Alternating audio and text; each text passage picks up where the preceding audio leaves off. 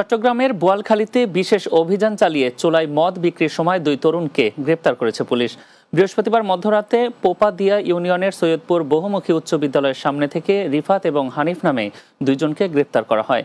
এ সময় তাদের কাছ থেকে প্লাস্টিকের বস্তা ভর্তি ৩০০ লিটার চোলাই মদ জব্দ করা হয়। বোয়ালখালী থানার ওসি গোলাম সারোয়ার বলেন, গ্রেপ্তার হওয়া দুই তরুণের বিরুদ্ধে মাদকদ্রব্য নিয়ন্ত্রণ আইনে মামলা দায়ের করা হয়েছে।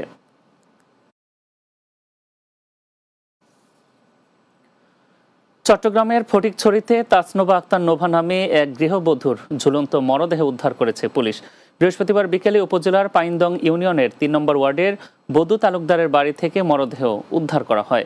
গত ৬ মাস আগে এই এলাকার ট্রাক ড্রাইভার শাহাবুদ্দিনের সাথে বিয়ে হয় চাঁদনীর। চাঁদনীকে তার স্বামী এবং স্বামীর পরিবার পরিকল্পিতভাবে হত্যা করেছে বলে অভিযোগ নিহতের স্বজনদের। এ বিষয়ে ফটিকছড়ি থানার অফিসার ইনচার্জ মোহাম্মদ রফিক বলেন, ময়না তদন্তের পর জানা যাবে বিস্তারিত যে এটা হত্যা না আত্মহত্যা। চট্টগ্রামের বাঁশখালীতে অগ্নিকাণ্ডে ১১টি বসতঘর সম্পূর্ণ পুড়ে গেছে। এতে প্রায় ৩০ লাখ টাকার ক্ষয়ক্ষতি হয়েছে বলে দাবি ক্ষতিগ্রস্ত পরিবারগুলোর।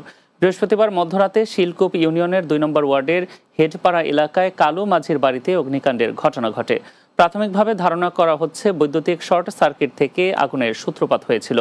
স্থানীয়রা বলেন, খবর পেয়ে ফায়ার সার্ভিসের একটি দল ঘটনাস্থলে গিয়ে আগুন নিয়ন্ত্রণে আনলেও আগেই ঘরবাড়ি ও মালামাল সহ সবকিছু ভস্মীভূত হয়ে যায়। ক্ষতিগ্রস্ত পরিবারগুলো এখন খোলা আকাশের নিচে মানবেতর জীবনযাপন করছে।